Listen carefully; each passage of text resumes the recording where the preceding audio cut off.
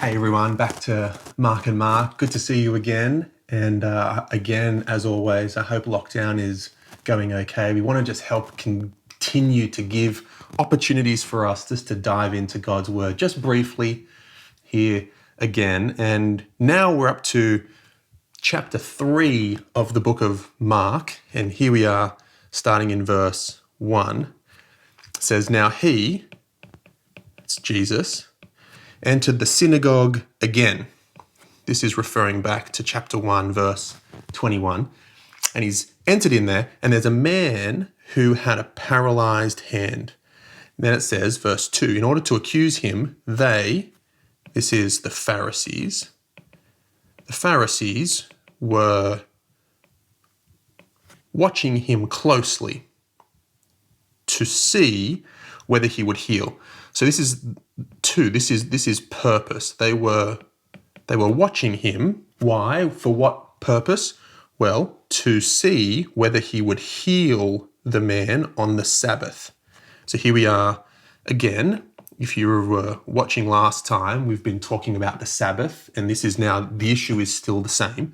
They were watching him to purpose, see whether he would heal on the Sabbath. Now, why were they doing that? Well, it was, we're told, in order to accuse him.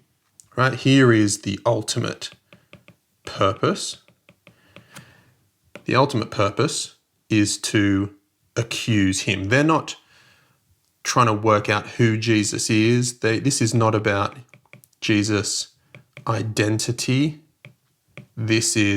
They're trying to find a way to accuse him. They don't care who he is. They just want him gone.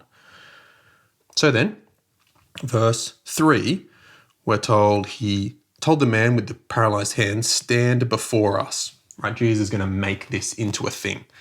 Then he said to them, this is the Pharisees, "Is it lawful on the Sabbath to do what is good or to do evil, to save life or to kill?"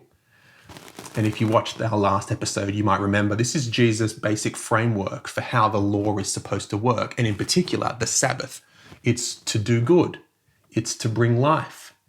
And so he asks them this direct question. This question is genius. Because if they say don't heal, then they're saying the point of the Sabbath is to do evil. That can't be the right answer. But if they say do good, then they're saying the point of the Sabbath, Jesus should heal him. But they don't want that answer either. So they can't say yes, they can't say no. So it says they were silent. Right? Then they're not genuine. They don't really care about the law. They don't really care about people. They're not being genuine. And so then, verse 5, after looking around at them with anger and sorrow at their hardness of heart. So the heart, in the way that the Bible thinks about it, is not just emotions, but it's also mind as well. It's your mind, it's your emotions, it's the center, it's the core of who you are. And the hardness of heart, this hardness is they were resistant to God's purposes. Right? They don't care about what God is doing. They don't care about goodness and life. And so their hearts are hard. And so when Jesus sees this hardness of heart, he is angry and he's sad. And then he looks at this man with the shriveled, paralyzed hand, and he says to him, "Stretch out your hand." And so the man stretched it out, and his hand was restored. That is, Jesus has done good on the Sabbath. And you would think the response at this point should be, and they were amazed. They were greatly astonished. There was much rejoicing. But instead, verse 6, we're told immediately the Pharisees went out and started plotting with the Herodians against him.